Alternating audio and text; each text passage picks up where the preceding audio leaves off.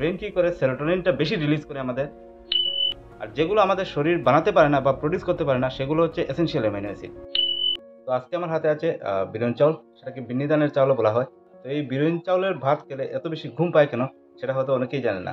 তো চলেন জেনে নেই বিরিয়ানি চাউল সম্বন্ধে কিছু ইম্পর্টেন্ট কথা।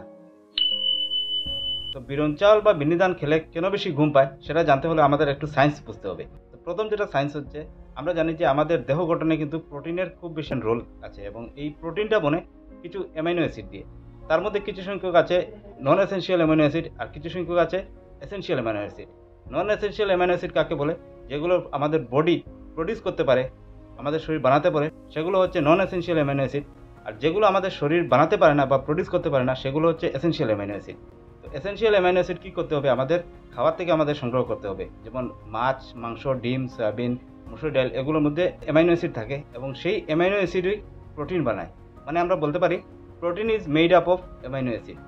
তো এই যে amino acid, essential amino acid 9টা আছে, সেই 9টা অ্যামাইনো অ্যাসিড যেমন histidine, isoleucine, leucine, lysine, methionine, phenylalanine, threonine, tryptophan and valine. তার মধ্যে যে ট্রিপ্টোফ্যান নামক এসেনশিয়াল অ্যামাইনো অ্যাসিড, এটাকে বলা হয় it is the precursor of serotonin. তো এবার প্রিকারসার মানে কি? প্রিকারসার ধরুন আমরা আটা দিয়ে রুটি বানাই, তো আমরা বলতে পারি যে রুটির প্রিকারসার হচ্ছে আটা। তো সেই সেরোটোনিন বলতে হলে কি কিসের দরকার? ট্রিপ্টোফ্যানের দরকার।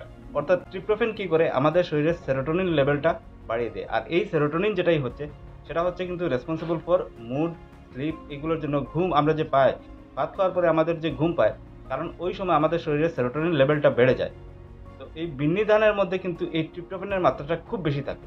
তো এই ট্রিপ্টোফ্যান কি করে? আমাদের শরীরে যায়, গিয়ে আমাদের শরীরের সেরোটোনিন লেভেলটা বাড়িয়ে দেয়। তো ব্রেন কি করে? সেরোটোনিনটা বেশি রিলিজ করে আমাদের, এবং তার জন্য আমাদের কিন্তু খুব বেশি ঘুম পায়। তো সেটাই হচ্ছে বিরন চাউলের সেই ব্যাপার। তো অনেকে আগের মানুষ বলতো যে বিরন চাউল খেলে নেশা হয়ে যায়। আসলে নেশা কিছু নয়। বিরন চাউল খেলে আমাদের কি হয়? সেই সেরোটোনিন লেভেলটা আমাদের শরীরে বেড়ে যায়, এবং সেরোটোনিন লেভেল বাড়ার কারণে আমাদের খুব বেশি ঘুম পায়। তো বিরন চাউলের মধ্যে কিন্তু প্রোটিনের মাত্রা খুব বেশি। তো যারা খুব বেশি হালকা, থিন বা দুর্বল, ওরা কিন্তু বিরন চাউল খেলে স্বাস্থ্য কিন্তু ভালো হবে। তো এটা একটা জাস্ট ইনফরমেশন। যদি ভালো লাগে একটু শেয়ার করে দেবেন। ধন্যবাদ।